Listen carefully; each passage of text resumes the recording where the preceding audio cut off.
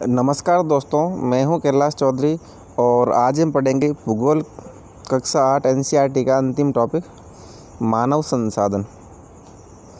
दोस्तों, मानव भी एक संसाधन होता है क्योंकि मानव भी मानव के काम आता है। एक मानव दूसरे मानव के काम आता है। संसाधन किसे कहते हैं? संसाधन ऐसे साधन जो मानव के काम आते हैं वो संसाधन कहलाते हैं। तो मानव भी एक संसाधन है। तो दोस्तों, मानव संसाधन में हम जो जनसंख्या है वो कितनी क्या है, घनत्व किस प्रकार है, जनसंख्या का वितरण किस प्रकार है, वो सारा पढ़ेंगे मानव संसाधन में। दोस्तों, यदि आप हमारे चैनल पर नए व्यूअर हैं तो चैनल को सब्सक्राइब करें व बेल आइकन को प्रेस करना बिल्कुल ना भूलें ताकि आने वाले हर नए वीडियो की नोटिफिकेशन आपको सबसे पहले मिले। दोस्तों, इसके अलावा इस वीडियो के लिंक को अपने व्हाट्सएप स्टेटस और ग्रुपों में ज़रूर शेयर करें ताकि अधिक से अधिक विद्यार्थियों को इसका लाभ मिल सके। दोस्तों, ये एनसीईआरटी की किताबें बहुत ज़्यादा महत्वपूर्ण हैं। हम जिसकी भी तैयारी करते हैं, चाहे third grade, second grade, first grade, IAS, RS, सब के लिए दोस्तों बेस्ट है ये एनसीईआरटी की किताबें कक्षा 6 से लेकर 12 तक की। आओ शुरू करते हैं। लोग ही एक राष्ट्र के सबसे बड़े संसाधन होते हैं। प्रकृति की देन केवल उस समय महत्वपूर्ण होती है जब वे लोगों के लिए उपयोगी होती है। दोस्तों, तो प्रकृति की देन महत्वपूर्ण कब होगी? जब वो लोगों के लिए उपयोगी होती हैं। लोग अपनी आवश्यकताओं और योग्यताओं से उसे संसाधन में परिवर्तित कर देते हैं। दोस्तों, इंसान तो बहुत ज़्यादा आगे बढ़ गए हैं। क्या का क्या बना दिया इंसान ने। नेक्स्ट देखते हैं।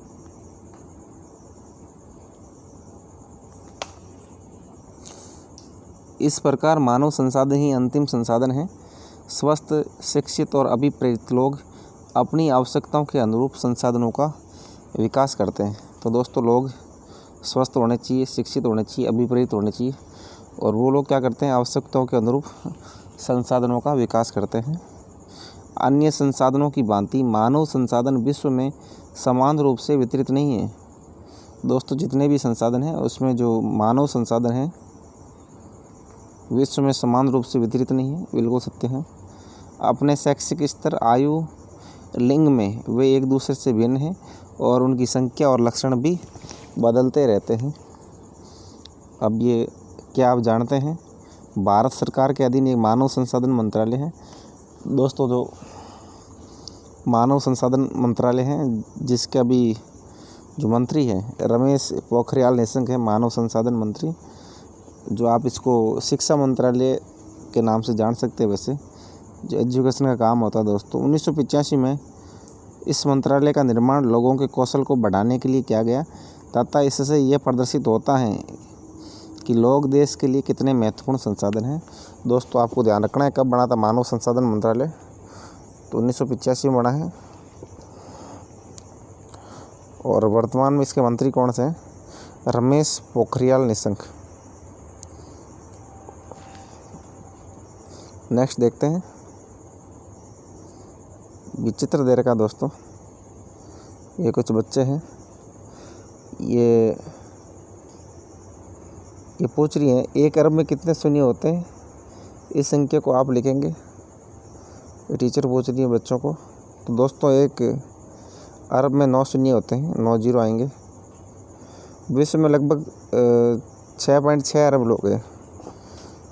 ये बच्चा बोलता है 6.6 अरब लोग हैं विश्व की जनसंख्या है। दोस्तों, बहुत ज़्यादा। 6 अरब कितना होता है? दुनिया भर के लोग हैं। फिर उसके बाद में दोस्तों ये कह रही मेरी कक्षा में 30 बच्चे हैं। ये बच्चा बोलता है। और आपके विचार में विश्व में कितने लोग हैं? ये लेडीज़ पूछती है, टीचर पूछती है। मेरे विद्यालय में 500 बच्चे हैं और मेरे गांव में 1000 लोग हैं। तो दोस्तों, जिस हिसाब से जनसंख्या है, जितनी स्ट्रेंथ होती है उस हिसाब से स्कूल कक्षा विश्व में लोग रहते हैं, ये बताया गया है। अब देखते हैं अगला। ये प्रधानमंत्री कौशल योजना दोस्तों, ये 2015 में आई थी। ये नरेंद्र मोदी जी लाए थे। प्रधानमंत्री कौशल विकास योजना PKVI को 2015 में 1 करोड़ भारतीय युवाओं को 2016 से लेकर 2020 तक प्रशिक्षित करने के उद्देश्य से शुरू किया गया था। दोस्तों आपको ध्यान रखना, प्रधानमंत्री कौशल विकास योजना कब शुरू हुई?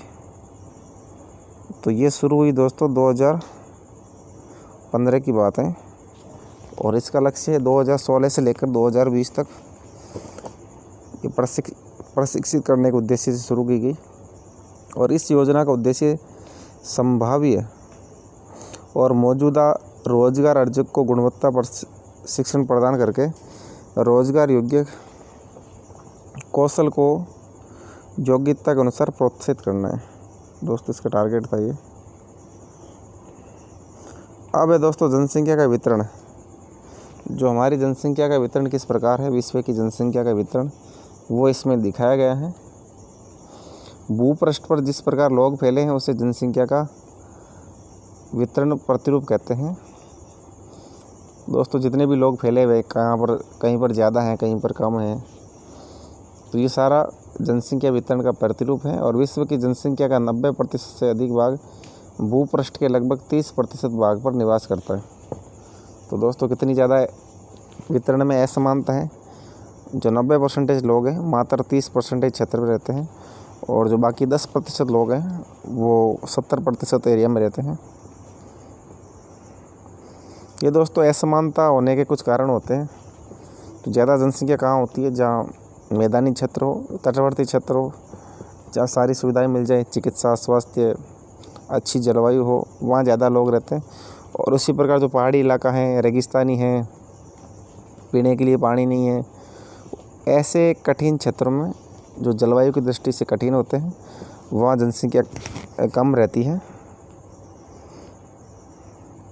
विश्व में जनसंख्या वितरण अत्यंत असमान है। कुछ क्षेत्र बहुत घने बसे हैं और कुछ बहुत ज़्यादा विरल हैं। ये दोस्तों विश्व में प्रत्येक 100 लोगों की बारे में बता रखा है।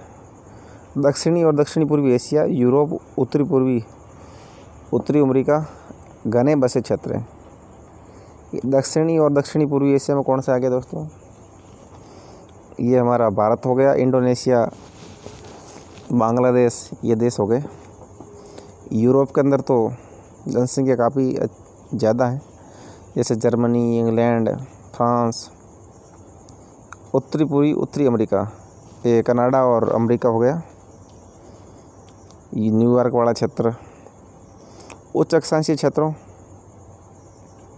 उष्णकटिबंधीय मरुस्थलों, उच्च पर्वतों और विस्तृत वनों में बहुत कम लोग रहते हैं। दोस्तों जो उच्च अक्षांश क्षेत्र हैं, जैसे मान लो 60 डिग्री से लेकर 90 डिग्री तक है, तो वह जलवायु कठिन होती है और ज़्यादा सर्दी पड़ती है, वहाँ लोग कम रहते हैं। मरुस्थल होते हैं दोस्तों उष्णकटिबंधीय मरुस्थल, 0 से 23 डिग्री में जो मरुस्थल है वहाँ भी लोग कम रहते हैं, क्योंकि बहुत कठिन जलवायु होती है ऐसे क्षेत्रों में, तो लोग रहना पसंद नहीं करते हैं। दोस्तों जो पर्वत होते हैं, पर्वत पे कौन रहेगा? कोई नहीं रहता वहाँ भी। और विस्तृत वनों में दोस्तों ये बहुत ऊंचे वन होते हैं, बहुत सघन वन होते हैं और यहाँ पहुँचना बहुत ज़्यादा मुश्किल होता है। यहाँ भी बहुत ज़्यादा कम लोग रहते हैं। अगला देखते हैं। विषुवत वृत्त के दक्षिण की अपेक्षा विषुवत वृत्त के उत्तर में बहुत अधिक लोग रहते हैं।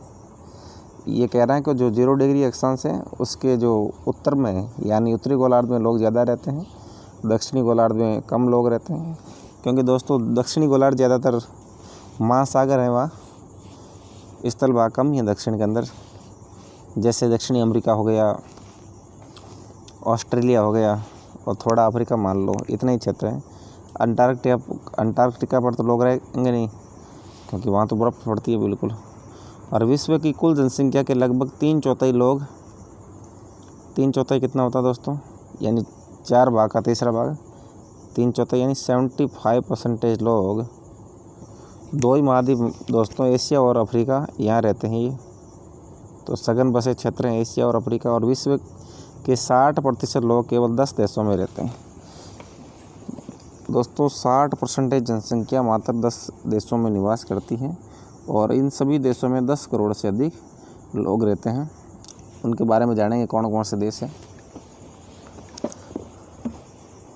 महाद्वीपों के अनुसार विश्व जनसंख्या किस प्रकार जनसंख्या है। ये एशिया का ये कलर बता रखा है इसने डायग्राम में, यूरोप का ये, अफ्रीका का ये, मध्य व दक्षिणी अमेरिका का ये और उत्तरी अमेरिका का ये, ऑस्ट्रेलिया, ओसेनिया। दोस्तों ओसेनिया ऑस्ट्रेलिया और न्यूजीलैंड का संयुक्त क्षेत्र है। ऑस्ट्रेलिया न्यूजीलैंड हो गया और प्रशांत महासागर में जो द्वीप समूह है, चाहे वो फिजी हो गया या छोटे छोटे द्वीप समूह दोस्तों न्यूजीलैंड के नीचे साइड में, इनको ओसेनिया कहते हैं।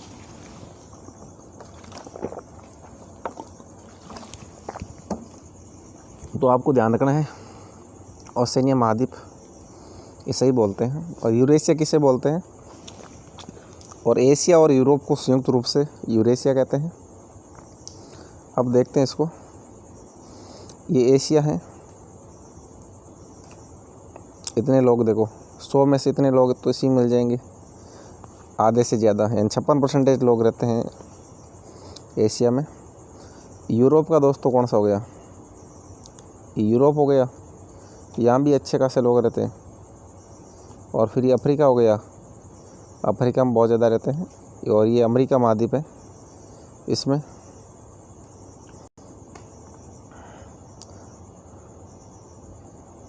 ये मध्य और दक्षिणी अमेरिका दोस्तों ये, और ये हो गया उत्तरी अमेरिका और ओसेनिया यहाँ एक। तो ओसेनिया में 100 में से एक आदमी रहता है, मात्र 1% जनसंख्या है विश्व की, और बाकी सबसे ज़्यादा एशिया में, आप देख समझ गए होंगे अब, एशिया में बहुत ज़्यादा जनसंख्या है। जो विश्व के ज़्यादा जनसंख्या वाला देश है वो सारे लगभग इसी के अंदर हैं। जो सबसे ज़्यादा जनसंख्या है चीन, भारत, इंडोनेशिया, पाकिस्तान, बांग्लादेश, जापान, ये सारे एशियाई देश हैं दोस्तों। अब विचित्र दे रखा है,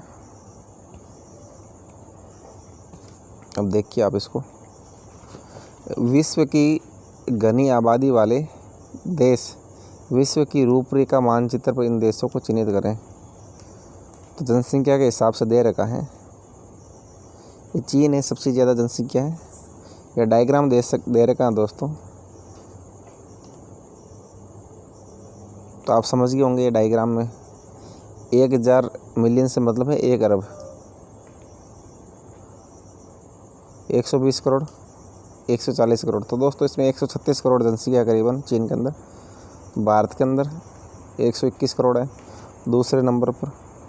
तीसरे नंबर पर दोस्तों अमेरिका है। विश्व का जो तीसरा जनसंख्या की दृष्टि से तीसरा बड़ा देश है वो कौन सा है, अमेरिका है, यूनाइटेड स्टेट ऑफ अमेरिका। और वैसे दोस्तों यदि देखा जाए क्षेत्रफल की दृष्टि से, तो क्षेत्रफल की दृष्टि से पहला रूस है, दूसरा कनाडा है,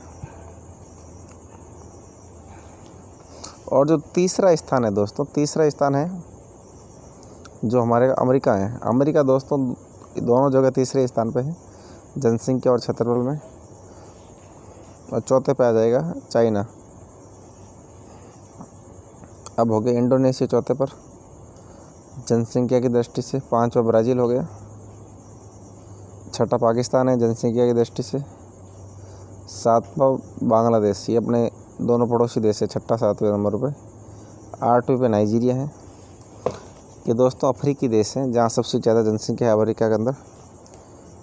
और 9वें पे है रूस, 10वें पे जापान, जापान भी एशिया का देश है। रूस भी आधा एशिया के अंदर आधा यूरोप के अंदर है। तो दोस्तों एशिया कितने देश हो गए, एक ही एशिया का नहीं, यूएसए नहीं है, ब्राज़ील एशिया का नहीं है, 2, नाइजीरिया 3। तो दोस्तों मात्र 3 देश एशिया के नहीं हैं, बाकी 6 देश तो एशिया के हैं, और यूरोप भी आधा एशिया के अंदर है। तो एशिया में सबसे ज़्यादा जनसंख्या है। ये क्रियाकलाप पूछ रहा है, क्या करना है, चित्र 6.1 का अध्ययन कीजिए और खोजिए कि विश्व की कुल जनसंख्या में से किस महाद्वीप में निम्न के अनुसार जनसंख्या है।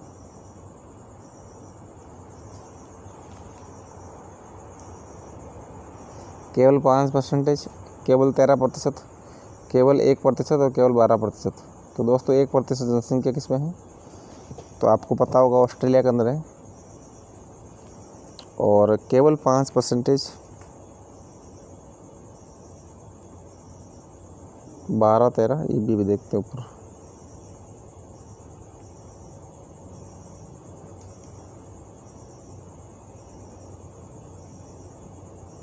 तो दोस्तों ये जो 5% जनसंख्या ये है उत्तरी अमेरिका की, सेकंड नंबर पर उत्तरी अमेरिका है।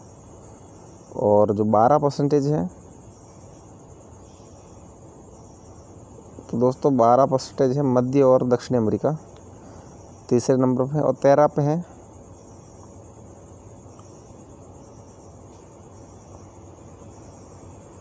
13 नंबर पे है यूरोप की जनसंख्या 13% है। तो ये इनका परसेंटेज हो गया। एक पे तो है ऑस्ट्रेलिया 1%, फिर आएगा 5 पे दक्षिणी अमेरिका, 12 पे हो गया अपने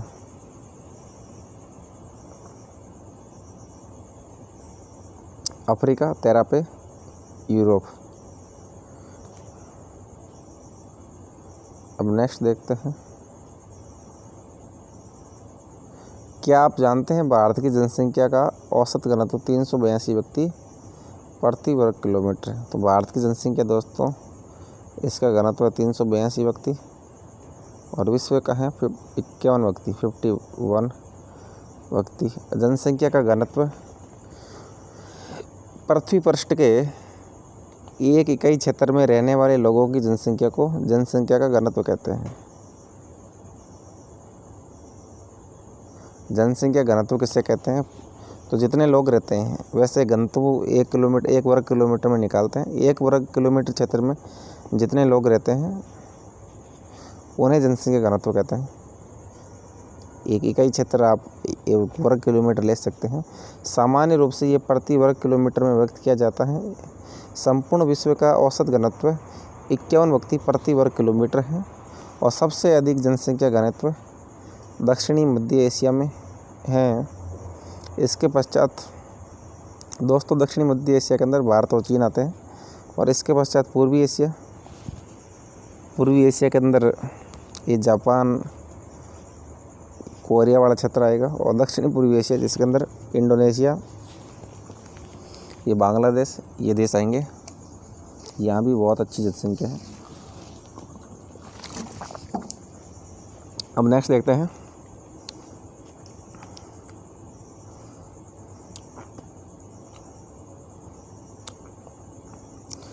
ये बच्चे क्या कह रहे हैं?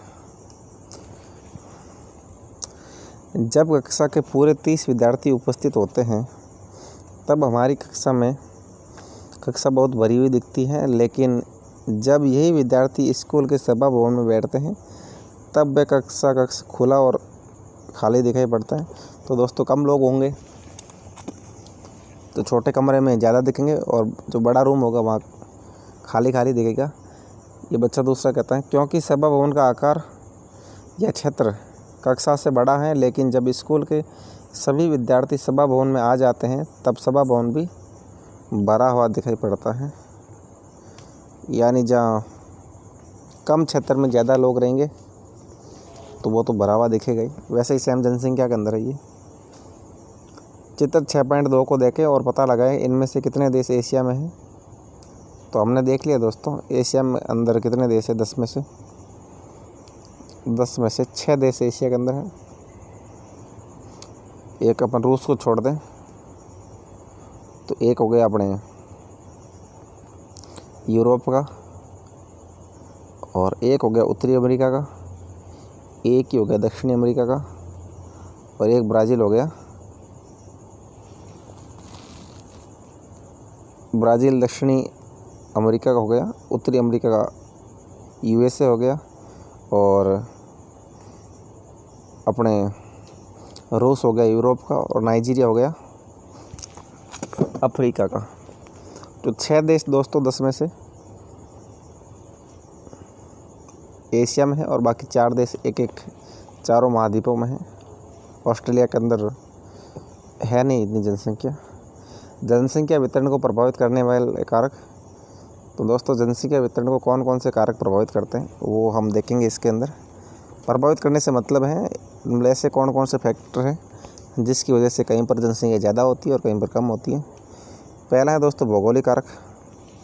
भौगोलिक कारक के अंदर जो भौगोलिक क्षेत्र होते हैं जिसके अंदर मनुष्य का कोई बस नहीं चलता है उसे भौगोलिक कारक कहते हैं, यानी जो हमें भूगोल से मिलती है। इसके अंदर पहला स्थलाकृति। लोग सदैव पर्वतों और पठारों की तुलना में मैदानी भागों में ही रहना पसंद करते हैं क्योंकि ये क्षेत्र खेती, विनिर्माण और सेवा क्रियाओं के लिए उपयुक्त होते हैं। तो दोस्तों, जो मैदानी भागों के अंदर क्या होता है, खेती कर सकते हैं, विनिर्माण कर सकते हैं, सेवा, सारी चीज़ें हो सकती हैं। पर्वतों और पठारों में कुछ होता नहीं है। गंगा के मैदान विश्व के सबसे अधिक घने बसे क्षेत्र हैं, जबकि एंडीज, आल्प्स और हिमालय जैसे पर्वत विरल बसे हुए हैं। तो पहाड़ी क्षेत्रों में कोई रहते नहीं है क्योंकि चढ़ाई करना बहुत मुश्किल होता है। अगला है जलवायु। लोग सामान्य रूप से चरम जलवायु जो अत्यधिक गर्म अथवा अत्यधिक ठंडी, जैसे सहारा मरुस्थल, रूस के ध्रुवीय प्रदेश, कनाडा और अंटार्कटिक में रहने से बचते हैं। तो दोस्तों, जो कठिन जलवायु होती है जैसे सहारा हो गया, रूस के ध्रुवीय प्रदेश हो गए, कनाडा, अंटार्कटिका, यहाँ रहने से बचते हैं। ये सत्यता है। और अगला है मृदा। मृदा भी जनसंख्या वितरण को प्रभावित करती है। उपजाऊ मृदाएं कृषि के लिए उपयुक्त भूमि प्रदान करती हैं। भारत में गंगा और ब्रह्मपुत्र, चीन में ह्वांगो, चांगजियांग, मिस्र में नील नदी के उपजाऊ मैदान घने बसे हुए। जो दोस्तों उपजाऊ मैदान होते हैं घने बसे होते हैं। तो मृदा के कारण तो हैं, जो अच्छी मृदा है तो वहाँ जनसंख्या ज़्यादा रहेंगे। अच्छी मृदा कहाँ होंगी, जो हमारे मैदानी क्षेत्र हैं वहीं तो होंगे। अगला है जल। दोस्तों, जहाँ ज़्यादा जल होता है वहाँ जनसंख्या ज़्यादा रहेगी। जल कहाँ मिलेगा, जो नदियाँ होगी। और इसीलिए जो विश्व की जितनी भी प्राचीन सभ्यता हैं सारी नदियों के किनारे मिली हैं। लोग उन क्षेत्रों में रहने को प्राथमिकता देते हैं जहाँ अलवणीय जल, यानी जो जिसके अंदर लवण नहीं होता है, मीठा पानी को बोलते हैं, आसानी से उपलब्ध हो और विश्व की नदी घाटियाँ घने बसे क्षेत्र हैं, जबकि मरुस्थल विरल जनसंख्या बढ़े। अब मरुस्थल के अंदर दोस्तों बहुत ही कम लोग रहते हैं, जैसे सहारा, करारी, थार के अंदर तो फिर भी रहते हैं, अपने को कम लगता है क्योंकि अपने जनसंख्या ज़्यादा है यहाँ। तो दोस्तों, थार का मरुस्थल है सबसे घना बसा हुआ मरुस्थल है, थार मरुस्थल। मेन वजह है कि भारत में स्थित होने की वजह से जनसंख्या ज़्यादा इंडिया की। खनिज है। खनिज निक्षेप वाले क्षेत्र अधिक घने बसे हुए हैं। जहाँ जितना ज़्यादा खनिज होगा वहाँ उतने ज़्यादा रोज़गार के अवसर होंगे और वहाँ ज़्यादा लोग बसेंगे। दक्षिणी अफ्रीका की हीरे की खानें और मध्य पूर्व में तेल की खोज ने इन क्षेत्रों में लोगों को रहने के लिए प्रेरित किया है। दोस्तों, हीरा कहाँ मिलता है, साउथ अफ्रीका में मिलता है। और मध्य पूर्व के अंदर तेल की खोज, जो हमारे खाड़ी देश है, तो यहाँ भी अच्छी खासी जनसंख्या है।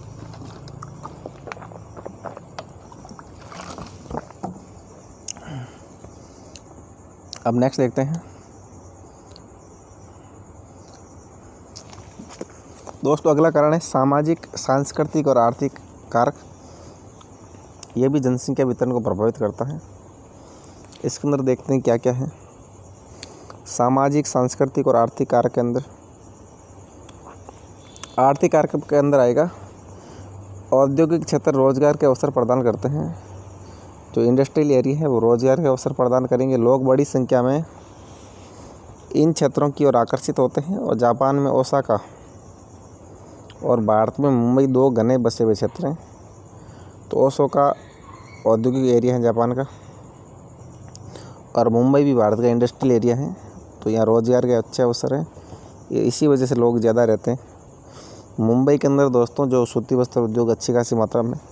अगला है सांस्कृतिक कारक। जहाँ धर्म और संस्कृति के केंद्र होंगे वहाँ भी ज़्यादा लोग रहेंगे, क्योंकि धर्म भी काफ़ी मात्रा में जनसंख्या वितरण को प्रभावित करता है। धर्म और सांस्कृतिक महत्ता वाले स्थान लोगों को आकर्षित करते हैं। वाराणसी, यरूशलेम, वेटिकन सिटी इसके कुछ उदाहरण हैं। इसके बाद है सामाजिक कारण। वाराणसी दोस्तों हिंदुओं का तीर्थ स्थल है, जिसे बनारस कहते हैं। और यरूशलेम ईसाइयों और यहूदियों का पवित्र स्थल है। वेटिकन सिटी ईसाइयों का पवित्र स्थल है, जहाँ ये चर्च वगैरह होते हैं। सामाजिक कार्य के अंदर अच्छे आवास, शिक्षा और स्वास्थ्य सुविधाओं के क्षेत्र में अत्यधिक घने बसे हुए हैं। जहाँ अच्छा आवास होगा, शिक्षा होगी और अच्छा स्वास्थ्य होगा, वहाँ ज़्यादा लोग रहेंगे। और उदाहरण के लिए पुणे कहाँ के हैं? महाराष्ट्र में है। तो वहाँ ये सारी चीज़ें मिलती हैं, अच्छा आवास है, अच्छी शिक्षा है और अच्छा स्वास्थ्य है। अगली शब्दावली, जीवन प्रत्याशा किसे कहते हैं? तो हम काफ़ी ज़्यादा पढ़ते हैं, जो मानव सूचकांक होता है दोस्तों, उसके अंदर हमने जीवन प्रत्याशा पढ़ा है। जीवन प्रत्याशा से मतलब है यह उन वर्षों की संख्या है जिसमें औसत व्यक्ति के जीवित रहने की आशा की जाती है। यानी जीवन प्रत्याशा से मतलब है जीवन यानी आयु गिन लो, प्रत्याशा मतलब जीने की कितनी आशा है, प्रत्याशा। आप इसका संधि विच्छेद करो, हिंदी तो आपकी होगी प्रतिधन आशा। यानी उस इंसान को जीवन जीने की कितनी आशा है, इसी से मतलब है प्रत्याशा। और जीवन प्रत्याशा कैसे बढ़ेगी? जब स्वास्थ्य ज़्यादा होगा तो जीवन प्रत्याशा भी ज़्यादा होगी। अब है दोस्तों जनसंख्या परिवर्तन। जनसंख्या में परिवर्तन कैसे होता है? एक तो जनसंख्या वृद्धि से होता है, दूसरा प्रवास से होता है। ये चीज़ें देखेंगे हम। जनसंख्या परिवर्तन से तात्पर्य एक निश्चित अवधि के दौरान लोगों की संख्या में परिवर्तन से है। और विश्व की जनसंख्या स्थिर नहीं रही है, वे कई गुना बढ़ गई हैं। और चित्र 6.13 में दिखाया गया है, इसमें देखेंगे क्यों ऐसा वास्तव में जन्म और मृत्यु की संख्या में परिवर्तन के कारण हुआ है।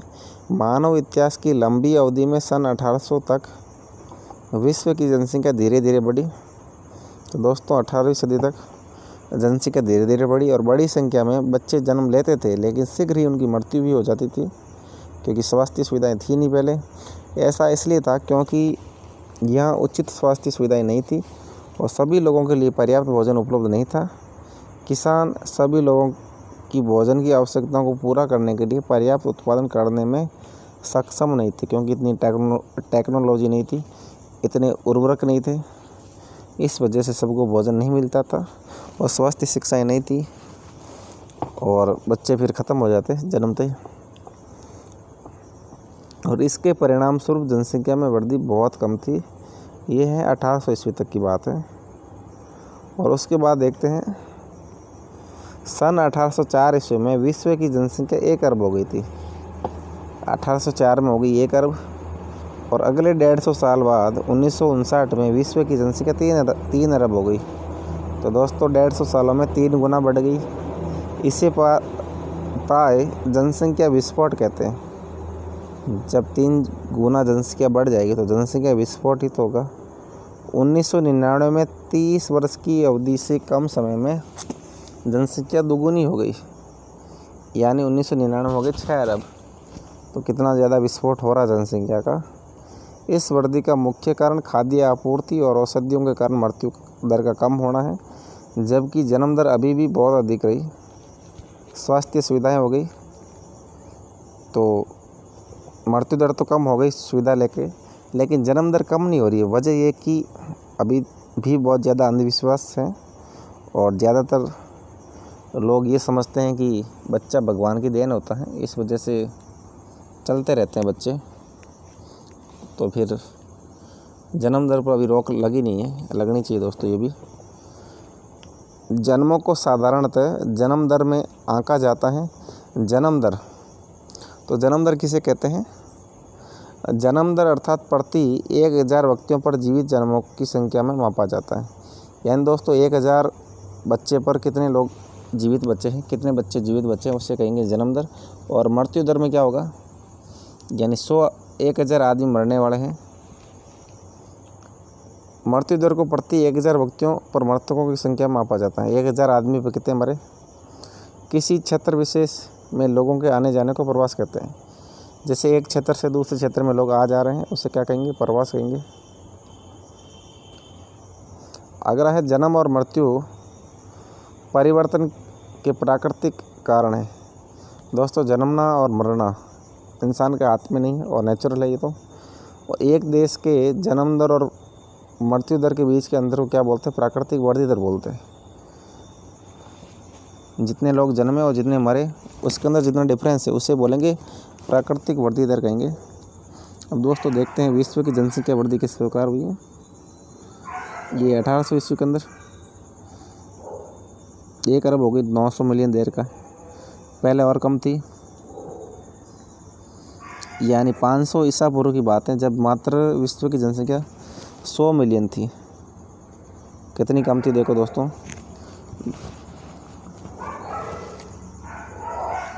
यानी 1 अरब का 10वां भाग, मात्र 10 करोड़ जनसंख्या थी। फिर हो गई 170 मिलियन जब ईसा मसीह का जन्म हुआ, तब की बात है, 0 ईस्वी की बात है।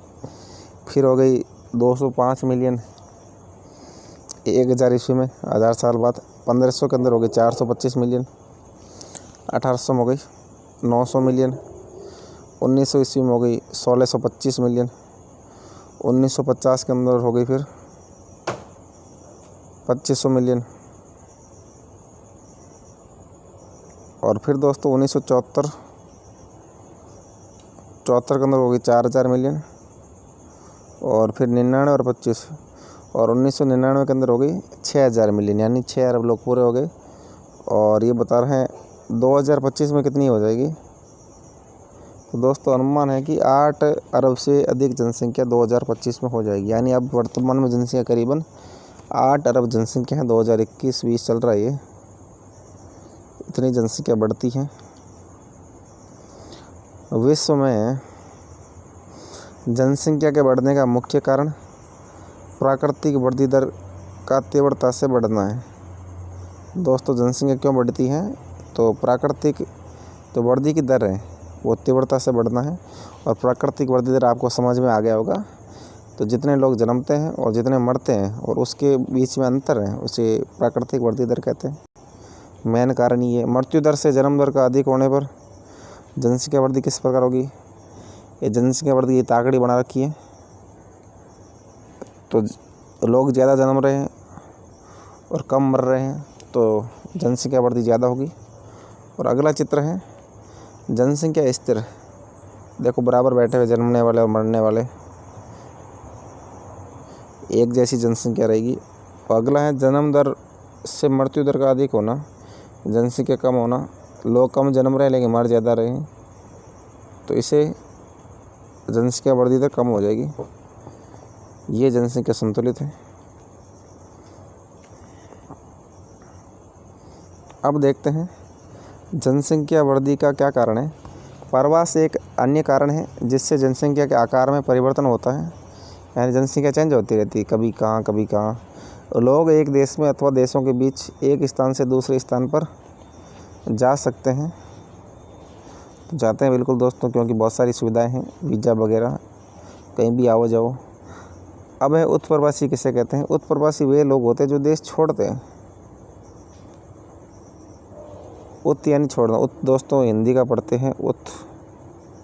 उत किसे कहते हैं, छोड़ने को उत कहते हैं।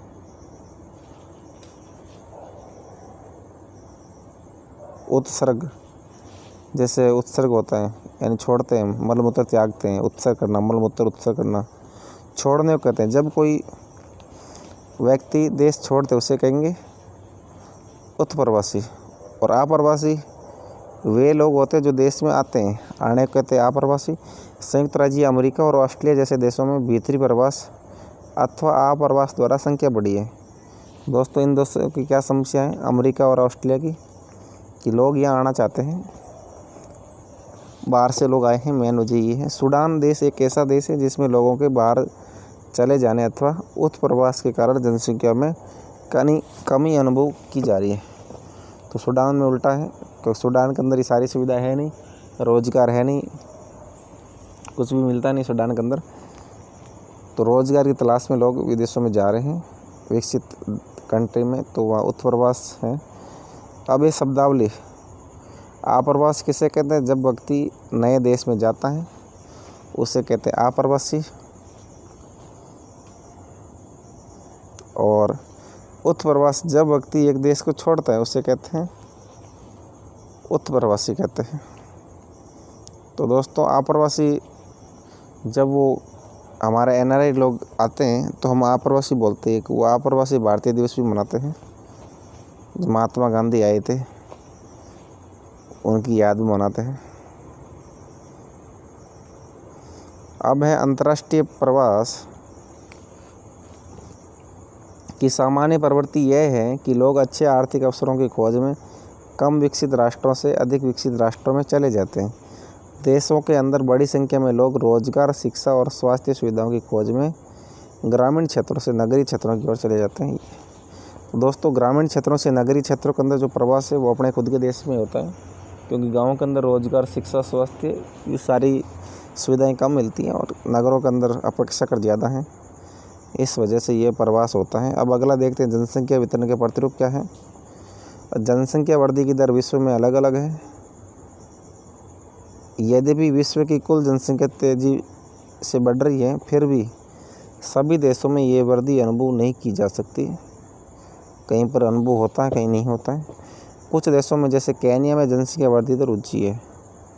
तो केन्या में ज़्यादा बच्चे जन्म ले रहे हैं, क्योंकि अब सुविधा तो होगी स्वास्थ्य की, इलाज तो करवा लेते हैं, लेकिन वह अंधविश्वास की वजह से बच्चे ज़्यादा हो रहे हैं।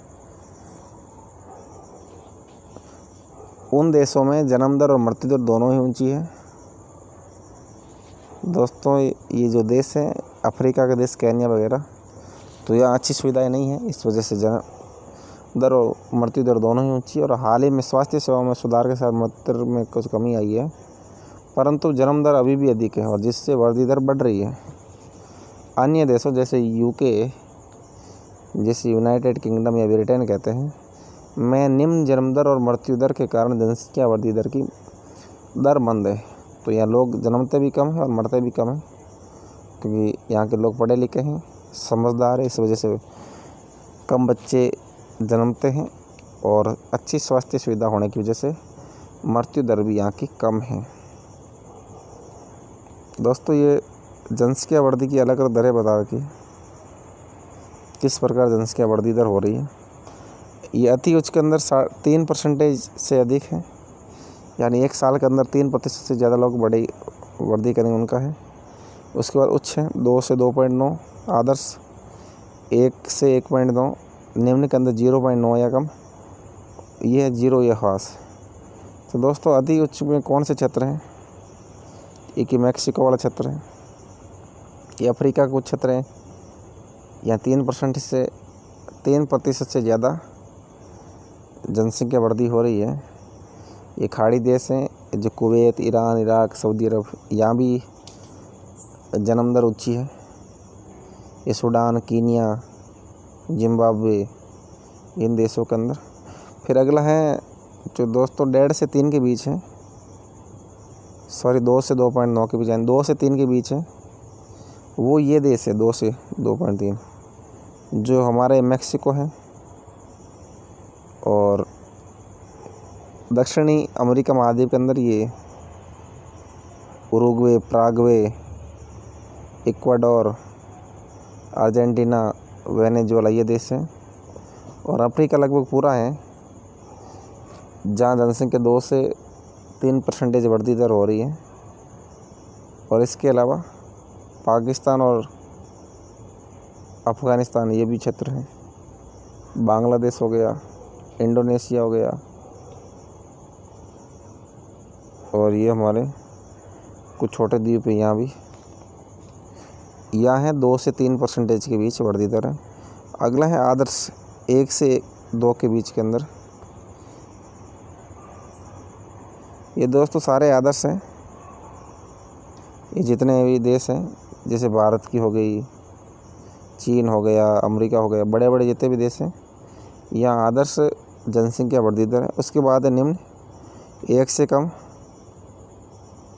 दोस्तों, निम्न के अंदर कौन से क्षेत्र आएंगे? तो निम्न के अंदर ये भी कुछ क्षेत्र हैं, ये जैसे रूस वगैरह, इन क्षेत्रों में कम होती है। और 0 या 0 जिसके अंदर अंटार्कटिका और ये आएंगे, यहाँ तो कुछ भी नहीं है। अब अगला देखते हैं, जनसंख्या संगठन किस प्रकार होता है। किसी देश की जनसंख्या कितनी भी अधिक हो, उसका उस देश के आर्थिक विकास के स्तर में कुछ अंतर नहीं पड़ता। दोस्तों, जनसंख्या के वजह से देश का आर्थिक विकास में कोई फ़र्क नहीं पड़ता है। उदाहरण के लिए बांग्लादेश और जापान अति घने बसे देश हैं। दोनों देशों में ज़्यादा जनसंख्या बांग्लादेश हो चाहे जापान हो, लेकिन जापान बांग्लादेश से आर्थिक रूप से अधिक विकसित है। ये भी एग्जाम्पल है दोस्तों। इसके अलावा चीन है और भारत है, दोनों में लगभग बराबर सी जनसंख्या है, लेकिन भारत विकासशील है जबकि चीन विकसित देश है। तो फ़र्क इस चीज़ पे पड़ता है, यानी डिपेंड इस चीज़ पे करता है कि अधिक जनसंख्या चाहे कितनी भी हो, वो अपने मानव संसाधन का उपयोग किस प्रकार करते हैं। एक संसाधन के रूप में लोगों की भूमिका को समझने के लिए हमें उनके गुणों के बारे में जानने की आवश्यकता होती है, और लोग अपनी आयु, लिंग, साक्षरता स्तर, स्वास्थ्य दशाओं, व्यवसाय और आय के स्तर एक दूसरे से भिन्न होते हैं। तो सारी चीज़ें भिन्न होती दोस्तों, क्योंकि सारे इंसान यूनिक होते हैं अपने आप में। लोगों की इन विशेषताओं के बारे में जानना आवश्यक है, और जनसंख्या संगठन जनसंख्या की संरचना को दर्शाता है। अब है प्रत्येक व्यक्ति समाज के लिए एक संभावित संसाधन है, ये सत्य बात है। और मानव संसाधन के रूप में आपका योगदान क्या होगा। जैसे सारे लोग संसाधन है, मानव सब बता रहे क्या करता है। ये बता रही मैं कैंसर उपचार के लिए औषधियों के लिए शोध कर रही हूँ, रिसर्च कर रही है महिला। मैं विवाह समारोह में गाता हूँ, ये गाय कलाकार है। ये मैं घर की देखभाल करती हूँ, गृहिणी है। मैं किसान हूँ, ये फार्मर है। इसके अलावा ये कह रही मैं अपने पोते पोतियों को कहानी सुनाती है, बुढ़ी अम्मा है। और मैं सेतु बनाता हूँ, इंजीनियर है दोस्तों, पुल बनाता है। तो मानव संसाधन का इस प्रकार उपयोग होता है। अगला है जनसंख्या संगठन हमारी ये जानने में सहायता प्रदान करता है कि कितने पुरुष हैं और कितनी स्त्रियां हैं। तो दोस्तों संगठन के अंदर ये होता है, जनसंख्या संगठन में कितने पुरुष हैं कितनी महिला हैं, ये चीज़ देखी जाती है। और वे किस आयु वर्ग के हैं, कितने शिक्षित और किस प्रकार के व्यवसाय में लगे हुए हैं, और उनकी आय का स्तर क्या है, और स्वास्थ्य सुविधाएं किस प्रकार की हैं। एक देश के जनसंख्या संगठन का अध्ययन करने की एक रुचिकर विधि जनसंख्या पिरामिड है। जनसंख्या पिरामिड में क्या होता है, उस देश की जनसंख्या का संगठन का अध्ययन हम कर सकते हैं, जिसे आयु लिंग पिरामिड भी कहते हैं। जनसंख्या पिरामिड का दूसरा नाम है आयु और लिंग पिरामिड भी है। अब दोस्तों एक जनसंख्या पिरामिड दर्शाता है, क्या क्या चीज़ दर्शाता है जनसंख्या पिरामिड, वो देखते हैं। जनसंख्या पिरामिड है हमारा, कुल जनसंख्या विभिन्न आयु वर्गों में विभाजित है। जितनी भी जनसंख्या है वो विभिन्न आयु वर्गों में विभाजित है। उदाहरण के रूप से 5 से 9 वर्ष के बच्चे और 10 से 14 साल के किशोर, ये विभाजन है। और कुल जनसंख्या का प्रतिशत इन वर्गों में से प्रत्येक वर्ग में पुरुष और स्त्रियां अविभाजित है, और पुरुष और स्त्री का विभाजन भी होता है। जनसंख्या पिरामिड का आकार उस विशिष्ट देश में रहने वाले लोगों की कहानी बताता है। बच्चों की संख्या 15 साल से नीचे निचले भाग में दिखाई गई है, और ये जन्म दर को दर्शाती है। ऊपर का आकार वृद्ध लोगों को 65 साल से अधिक की संख्या दर्शाता है, और मृतकों की संख्या दर्शाता है। अब हम इसके चित्र देखते हैं।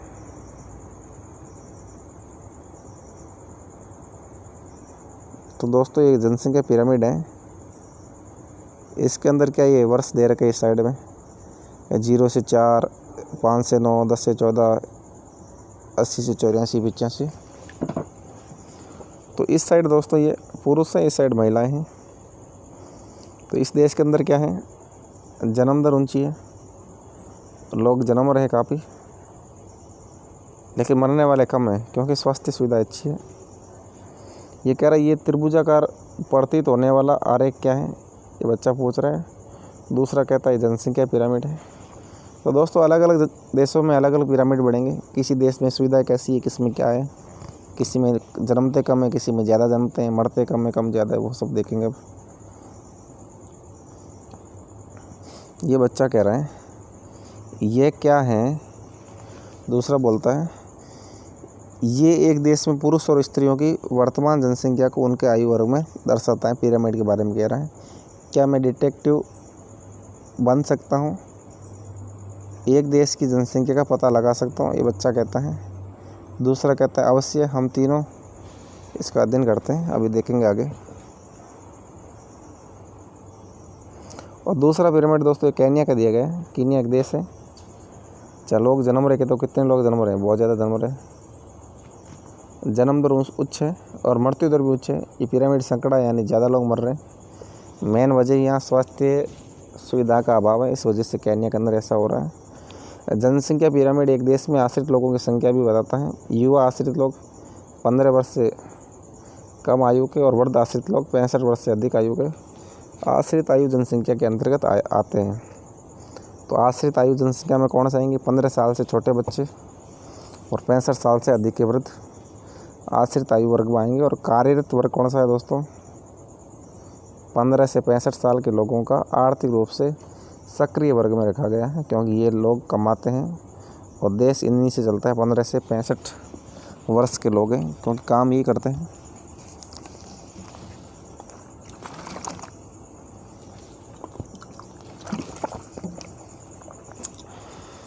अगला है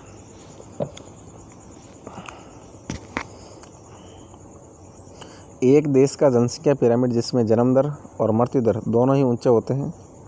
आधार चौड़ा है और ऊपर तीव्रता से संकड़ा हो जाता है। ऐसा इसलिए है कि बहुत से बच्चे जन्म लेते हैं, लेकिन उनमें से अधिकतर की मृत्यु शैशव काल में ही हो जाती है और कुछ भी ही बड़े हो पाते हैं। इसीलिए वहाँ वृद्ध लोग भी बहुत कम है। और ये स्थिति केन्या के पिरामिड में दिखाई गई है। तो दोस्तों ये स्थिति हमने केन्या में देखी है। देखो ये किस प्रकार ये ज़्यादा जन्म लेने वाले हैं और ये कितने कम लोग बूढ़े बच्चे हैं, क्योंकि सारे ख़त्म हो लिए बचपन के अंदर ही। अगला है ये दोस्तों भारत का पिरामिड है। तो भारत में क्या है कि लोग कम जन्मते हैं, वैसे तो खूब है लेकिन केन्या की अपेक्षा कम है। और मरने वाले भी कम है। देखो इतना थोड़ा ज़्यादा चौड़ा है ना, संकड़ा नहीं है। तो मेन वजह है कि भारत में स्वास्थ्य सुविधा काफ़ी ठीक है केन्या की वजह से, विकासशील देश है इस वजह से। जिन देशों में मृत्यु दर विशेष रूप से बहुत छोटे बच्चों में कम हो रही है, युवा आयु वर्ग का पिरामिड चौड़ा है, क्योंकि शिशु प्रौढ़ावस्था तक जीवित रहते हैं और ये भारत के पिरामिड में दृष्टिगोचर होता है। इस प्रकार की जनसंख्या में युवा सापेक्षित अधिक है और इसका अर्थ यह है कि मजबूत और वर्तमान बढ़ती हुई श्रम शक्ति है। दोस्तों श्रम शक्ति ज़्यादा ही है, क्योंकि ये सारे बच्चे यहाँ से ले लो और यहाँ तक ये सारे कमाने वाले हैं। इतनी जनसंख्या, खाने वाले बस इतना ही है, तो श्रम शक्ति ज़्यादा हो गई। अगला पिरामिड दोस्तों जापान का पिरामिड है। जापान में क्या देखो, लोग भी कम जन्म रहे हैं और मर भी कम रहे हैं, क्योंकि यहाँ बहुत ही उच्च दर्जे की स्वास्थ्य सुविधाएं हैं। इस वजह से जन्म कम लेते हैं, लोग पढ़े लिखे हैं, मरते भी कम है। यहाँ सबसे ज़्यादा जीवन प्रत्याशा विश्व के अंदर जापान में है। और देखो यहाँ कार्यशील जनसंख्या बहुत ज़्यादा है यहाँ भी, इस वजह से जापान एक विकसित देश है। कम जन्म दर वाले जापान जैसे देशों में आधार का पिरामिड संकड़ा है और घटी मृत्यु दर के कारण अधिक लोग वृद्ध आयु तक पहुंच जाते हैं। कुशल, उत्साही और आशावादी सकारात्मक दृष्टि जैसे युवा जन किसी राष्ट्र के भविष्य होते हैं। हम भारतवासी भाग्यशाली हैं कि हमारे पास ऐसा संसाधन है। संसाधन कौन है? मनुष्य। और उन्हें योग्य और उत्पादक बनाने के लिए, कुशल बनाने और अवसर प्रदान करने के लिए अवश्य ही शिक्षित किया जाना चाहिए। तो भारत में कमी क्या है? मेन तो अशिक्षा है। तो जैसे ही ये लोग शिक्षित हो जाएंगे तो भारत ज़रूर विकसित होगा, सोने की चिड़िया बनेगा। दोस्तों इसी के साथ ही हमारा टॉपिक कंप्लीट होता है। अब हम इसके अभ्यास प्रश्न करेंगे। निम्नलिखित प्रश्नों के उत्तर दीजिए। लोगों को एक संसाधन क्यों समझा जाता है? तो ये हमने ऊपर पढ़ लिया। लोगों को संसाधन कहने की मुख्य वजह ये है कि मनुष्य जितने भी आविष्कार हैं, जितने भी उद्योग धंधे हैं, सारे मनुष्य संचालित करता है, यानी दूसरे उद्योगों को सहारा देता है। इस वजह से मनुष्य एक संसाधन है। विश्व में जनसंख्या के असमान वितरण के क्या कारण है? तो दोस्तों ये हमने पढ़ लिया है। विश्व में असमान जनसंख्या वितरण के कारण है जलवायु, भौगोलिक स्थिति, मृदा, जल, ये सारी चीज़ें हैं। विश्व की जनसंख्या अधिक तेज़ी से क्यों बढ़ रही है? दोस्तों, विश्व की जनसंख्या अधिक तेज़ी से बढ़ने की मुख्य वजह ये है कि स्वास्थ्य सुविधाओं के अंदर निरंतर वृद्धि हो रही है। पहला कारण तो ये है, और दूसरा कारण ये है कि लोग अभी भी शिक्षित नहीं हैं, अशिक्षित लोग हैं, इस वजह से वो इतना ध्यान देते नहीं हैं और जनसंख्या वृद्धि लगातार बढ़ रही है। जनसंख्या परिवर्तन को प्रभावित करने वाले किन्हीं दो कारकों की भूमिका का वर्णन कीजिए। तो दोस्तों, आप देख लीजिए जनसंख्या वितरण को कौन प्रभावित करते हैं। जलवायु, भौगोलिक स्थिति, ये सारे देख लिए आप। जनसंख्या संगठन से क्या तात्पर्य है? जनसंख्या संगठन से मतलब ये है कि किस क्षेत्र के अंदर कितने लोग रहते हैं, पुरुष और महिला की जनसंख्या किस प्रकार है, इसे जनसंख्या संगठन बोलते हैं। जनसंख्या पिरामिड क्या है? तो नेक्स्ट है जनसंख्या पिरामिड। अब देखते हैं जनसंख्या पिरामिड। जनसंख्या पिरामिड के अंदर क्या होता है? तो दोस्तों, जनसंख्या पिरामिड के अंदर जो हमारे जितनी भी जन्म दर और मृत्यु दर है उसके बारे में, कि कितने बच्चे जन्म लेते हैं और लास्ट में कितने बचते हैं, किस प्रकार मृत्यु हो जाती है, ये सारा जनसंख्या पिरामिड में है। ये किसी देश की जनसंख्या को समझने में किस प्रकार मदद करते हैं? तो दोस्तों, ये हमने ऊपर देख लिया है। अब अगला है सही को चिन्हित कीजिए। जनसंख्या वितरण सबसे क्या तात्पर्य है? तो ये हमें करना है कि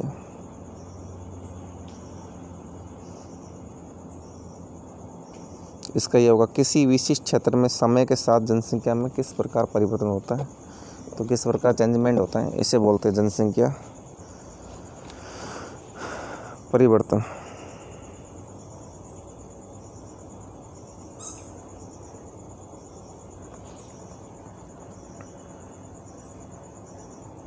सॉरी दोस्तों, ये हमने गलत पढ़ लिया।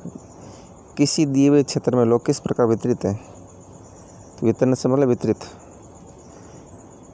वे तीन मुख्य कारक कौन से हैं जिनसे जनसंख्या में परिवर्तन होता है? दोस्तों, जनसंख्या परिवर्तन के मुख्य कारण है जन्म, मृत्यु और प्रवास। ये चीज़ें जनसंख्या में परिवर्तन करते हैं। 1999 में विश्व की जनसंख्या कितनी हो गई?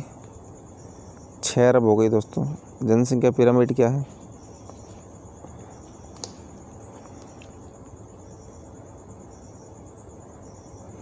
जनसंख्या का आयु लिंग संगठन का आलेखीय निरूपण, जो हम ऊपर पिरामिड देखा था, आलेख बोलते हैं उसको।